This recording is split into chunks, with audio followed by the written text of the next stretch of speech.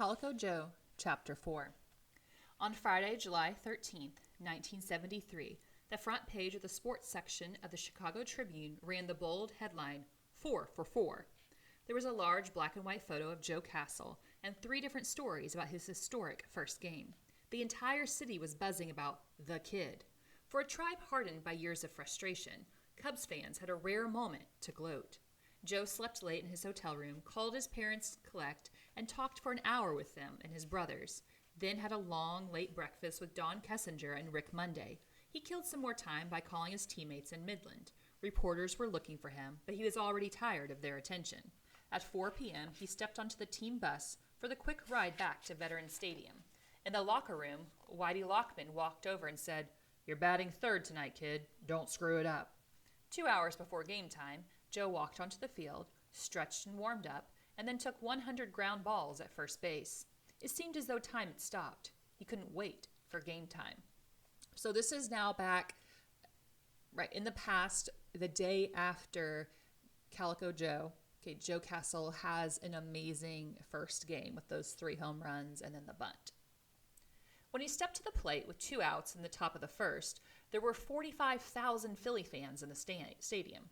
There were also millions of Cub fans glued to TVs and radios. With the count at 2 balls, he ripped a double into the right field corner, 5 for 5. In the top of the third, with the bases loaded, he singled to right and drove in 2, 6 for 6. In the fifth, when the base is empty, 2 outs and the infield back, and from the right side, he pushed a bunt towards third. When Mick Schmidt picked it up barehanded, Joe was flying past first base, and there was no throw, 7 for 7. In the 7th inning, he bounced a fastball off the top of the scoreboard in the left center field, and as he rounded the bases, at a somewhat slower pace, the Phillies fans offered subdued but prolonged applause, 8 for 8. With 2 outs in the top of the 9th and the Cubs leading 12-2 in a blowout, Joe dug in from the left side. He had 2 singles, a double, and a home run, and many in the crowd and legions of those watching and listening were praying for a triple. Vince Lloyd and Lou Boudreau were openly begging for one on the radio. Hitting for the cycle, single, double, triple, home run, was a rare event in baseball. It happened on average 3 times each season, and since Joe seemed intent on crushing all records, why not hit for the cycle? Instead, he fouled off 10 straight pitches, worked the count full, then hit one of the longest home runs in the history of Veterans Stadium. As he rounded third, Mike Schmidt said, "Not a bad game, kid." 9 for 9 with 5 home runs. Unbridled mania swept the streets of North Side of Chicago. After the Scrappers game, our last of the regular season, so now that was in the past, Calico Joe, Joe Castle is doing great in his second game in the majors, and now here we are, we're going back to the narrator's past. After the Scrappers game, at our last of the regular season, the team met for a party in Tom Sabatini's backyard. Mr. Sabatini had the grill going, hot dogs and cheeseburgers, and most of the parents were there, including my mother. My father was pitching that night in Atlanta, but we were not interested in that game. Instead, Mr. Sabatini rigged up an impressive radio, and we listened to WCAU out of Philadelphia. It was not unusual in those days to scan the dial with a small transistor radio and pick up games from New York, Philadelphia, Boston, even Montreal and Baltimore. I often spent hours in my room at night keeping track of several games. Each time Joe Castle stepped to the plate, the party came to a halt as we crowded closer to the radio. Harry Callis was the Phillies announcer, and his voice grew more excited as the game went on, even though his team was getting drubbed. With each of Joe's hits, and especially with the 2 home runs, we yelled and jumped around as if we were lifelong Cub fans. At one point, Harry said, "I suspect there are a lot of Cub fans out there tonight, especially in the little town of Calico Rock, Arkansas." When Joe came up in the 9th, we were so nervous we were bouncing on our tiptoes. After each foul ball, we took a deep breath, then leaned in closer to the radio. Harry said, "2 strikes on Castle." We heard the crack of the bat, and Harry, in his patented home run call, described what was happening. "The pitch, there's a drive. This ball is out of here in the upper deck. Mike Schmidt territory, Greg Luzinski territory, 5 for 5, 9 for 9, unbelievable. Baseball fans, simply unbelievable." History was happening, and though we were only 11 years old and far away from the game, we felt as if we were a part of it. We had already checked the schedule and knew that it would be late August before the Cubs arrived at Shea Stadium. My buddies were already dropping hints about needing tickets. After 3 games in Philadelphia and 10 for the road club, the Cubs were going home. As Harry Callis signed off, he said, "I can't imagine the reception Joe Castle will get tomorrow afternoon at Wrigley Field. I wouldn't mind being there, myself." The Cubs left Philadelphia at midnight and arrived 2 hours later at O'Hare. As the team boarded a bus to leave the airport, Joe Castle got his first taste of fame. Several dozen Cubs fans were waiting behind a chain-link fence for a glimpse of their new star. He walked over, shook a few hands, thanked them for coming out at such an hour, then hustled back to the bus where his teammates were waiting, eager to leave but also enjoying the moment. The front office arranged a hotel room under an alias, and Joe finally fell asleep at 3 a.m. Not long afterward, his parents and 2 brothers left Calico Rock for the long drive to Chicago. The Cubs played the Giants at 2 p.m. Saturday, and only a sudden death would keep them away from Wrigley. Cable television was still a few years in the future, and the only games televised nationally were the World Series, the All-Star Game, and the NBC Game of the Week on Saturday afternoon with Curt Gowdy and Tony Kubek. The July 14th game was scheduled to be televised from Tiger Stadium in Detroit, where the A's were in town.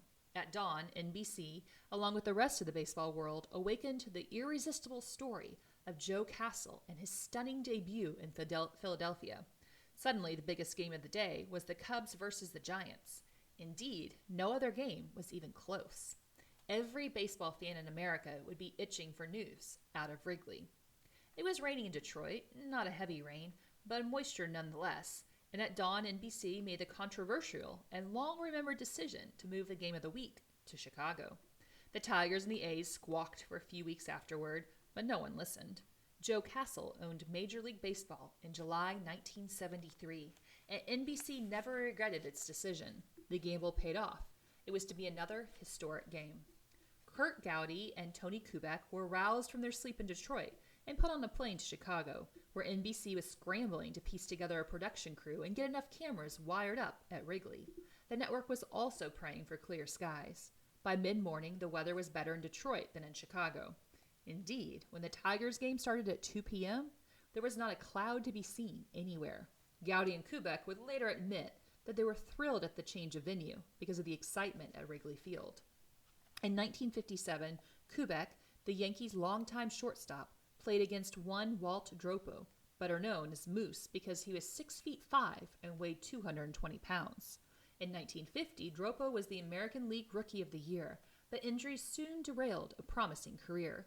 Over the next 11 seasons, Moose Dropo played for several American League teams and hit .270 with 150 home runs, respectable numbers but not the kind to be remembered. However, in July 1952, while playing for Detroit against the Yankees, he hit safely in 12 consecutive at-bats without a walk. It was an astonishing feat, a record regarded by many experts as unbreakable. Suddenly, Moose Dropo's forgotten career was attracting attention. The Saturday edition of the Chicago Sun-Times ran an old photo of Dropo along with a new one of Joe Castle, and beneath them was the question in bold print, 12 in a row? The Tribune sports page blared, 9 for 9. Wrigley Field was built in 1914, and various expansions over the decades brought its capacity to 41,000. The previous season, 1972, the Cubs averaged 16,600 fans for each home game. Until the arrival of Joe Castle, the 1973 Cubs were averaging 16,800. By 10 a.m. Saturday, crowds were gathering around the ticket booths at Wrigley. Long lines were forming along Addison Street. Parties were underway on the rooftops beyond left field. Wrigleyville was alive, and as the morning dragged on, it began to rock. Everyone was desperately looking for a ticket. A Cubs equipment manager fetched Joe from his hotel and sneaked him into an unnoticed maintenance store under the right field bleachers. When Joe took his first step onto the turf at Wrigley, it was just after 11 a.m. He had slept less than 3 hours because sleep was all but impossible. The gates had been opened and the stands were filling quickly. No one recognized him in his street clothes. Near the home dugout, he introduced himself to several of the groundskeepers and politely said no to a reporter. In the Cubs' dressing room, he admired his new locker as he changed into his uniform. A light lunch was served, and Joe was eating a sandwich when Don Kessinger, when a trainer said, "Hey, Joe, Your parents are here." In a narrow hallway outside the locker room, Joe hugged his mother and embraced his father and brothers, Red and Charlie. All five were in various stages of disbelief, with Joe perhaps being the most composed. "It's just baseball," he said. "They'll get me out eventually." Not surprisingly, Red had some advice. "Keep swinging. If it's close, don't take a chance." Charlie added, "You're going to see breaking stuff. No more fastballs. Stay back." Right, Joe said, laughing, then took his family inside the locker room for a quick tour. They were overwhelmed, sleepwalking through an adventure they had dreamed about for years. So Joe Castle has been doing really well on the road, and now he is back in Chicago, and for the first time is going to play at Wrigley Field, which is this incredible atmosphere, and Cubs fans are really diehard fans. So it's a very exciting, but nerve-wracking time for him, and his family's there to see him. The Giants came into Wrigley 5 games behind the Dodgers in the West. Willie Mays was gone. In fact, he was idling away his waning days with the Mets. But the Giants still had Willie McCovey and Bobby Bonds, and their record was slightly better than the Cubs on July 14th. Their starter was Ray Hiller, a left-hander with 6 wins and 7 losses. There were at least 41,000 rowdy Cubs fans packed into Wrigley at 2 p.m. Okay, so notice 41,000 fans that day to see Joe Castle, and their average for the rest of that season before he came along was 16,000. So there are a lot of people there to see Joe Castle. Countless others watched from rooftops beyond the left field wall. When Joe Castle's name was called in the bottom of the first, a deafening ovation shook the old place and buried the voices of Kurt Gowdy and Tony Kubek. Hiller was a junk dealer whose fastball rarely topped 80. He lobbed up a couple of harmless curveballs, and Joe resisted the urge to flail away. His third pitch was some knuckle curve combo that fluttered high and outside, and with the count 3-0, Joe got the signal to hit away. Hiller came in with a slider that didn't move much, and Joe swung with a vengeance. The ball lifted high and lazy at first, then it seemed to gain speed. Soon there was no doubt it was gone. The question was, where would it land? Gary Matthews, the left fielder, took 2 steps back, then stopped, turned around, put his hands on his hips, and watched to see where it was going. The ball eventually bounced off the 5th-floor facade of a building, some 470 feet from home plate. Perhaps he was fatigued from all the home run trots, or maybe he was learning to savor the moment. But whatever the reason, Joe rounded the bases at a slower pace, but not slow enough to aggravate the pitcher. Never show up the pitcher, Red and Charlie had drilled into him since the age of 10. Wrigley Field had never been louder. The standing ovation roared until Joe took a step out of the dugout, tipped his cap, and acknowledged the adoring crowd. Then he blew a kiss at his mother, who was in the owner's seats in the second row. 10 for 10, with 6 home runs. Joe led off in the bottom of the third with the score tied 1-1. On the first pitch, he faked a bunt, and the entire Giant infield reacted in spasms. Ed Goodson at third and Chris Spire at short were on their heels before the pitch, expecting a line shot from an astonishing quick bat. They eventually shot forward. Tito Fuentes did the same, while McCovey stutter-stepped around first base. After Hiller recovered from the pitch, he bolted upright, as if terrified of a bunt. Evidently, the Giant scouts had been alerted to Joe's bunting skills. Ball 1. Hiller kept his fastball off the center of the plate, opting instead to pick at the corners and hope for the best. His second pitch was a fastball, 5 inches outside. Joe waited and waited, then went with the pitch and slapped it to right field for a single. 11 for 11. It may have been the thrill of watching history in the making, or it could have been the clearing skies and sunshine and cold beer, or perhaps even the excitement that a full house always provided, or probably all of the above, but the atmosphere at Wrigley was electric. By now, Joe was receiving a standing ovation when he stepped into the on-deck circle, another when he stepped to the plate, and of course an even rowdier one with each hit. He tipped his cap and helmet to the crowd, then took a lead off first. His 12th at-bat came into the bottom of the 6th with the Cubs up 3-2. When the 41,000 faithful stood to applaud, they remained standing. On television, Kurt Gowdy admitted to having a knot in his stomach. On the radio, Vince Lloyd described it as the most dramatic moment he could remember. Lou Boudreau went silent. Hiller had abandoned his fastball altogether and was surviving on long, looping curves, change-ups, and a nasty combo of a slider and curve known as a slurve. Joe fouled off the first 2 pitches, both balls, and cursed himself for swinging at bad pitches. He shortened his stance, choked up, and took a ball high. The 4th pitch was a slow, dropping curve, a pitch that might cross the plate at the knees or 6 inches lower, and Joe took no chances. He chopped down on the pitch, and it slammed hard into home plate. A fair ball. It ricocheted high into the air towards third, where Goodson charged and waited. And waited. When he finally caught the ball, Joe was past first base for his 12th consecutive hit. "Move over, Mustropo." Again he tipped his hat to the screaming crowd. Willie McCovey, a fierce competitor, tapped him on the rear with his glove and said, "Congratulations, kid." Joe could only smile and nod. He was dreaming and in another world. Not too many years earlier, his baseball card collection included a double all-star selection featuring both Willie McCovey and Willie Mays. In the top of the 8th, McCovey hit a 2-run bomb that sailed over the right field bleachers and was probably never found. The Giants led 5-3 when the Cubs came to bat in the bottom of the inning.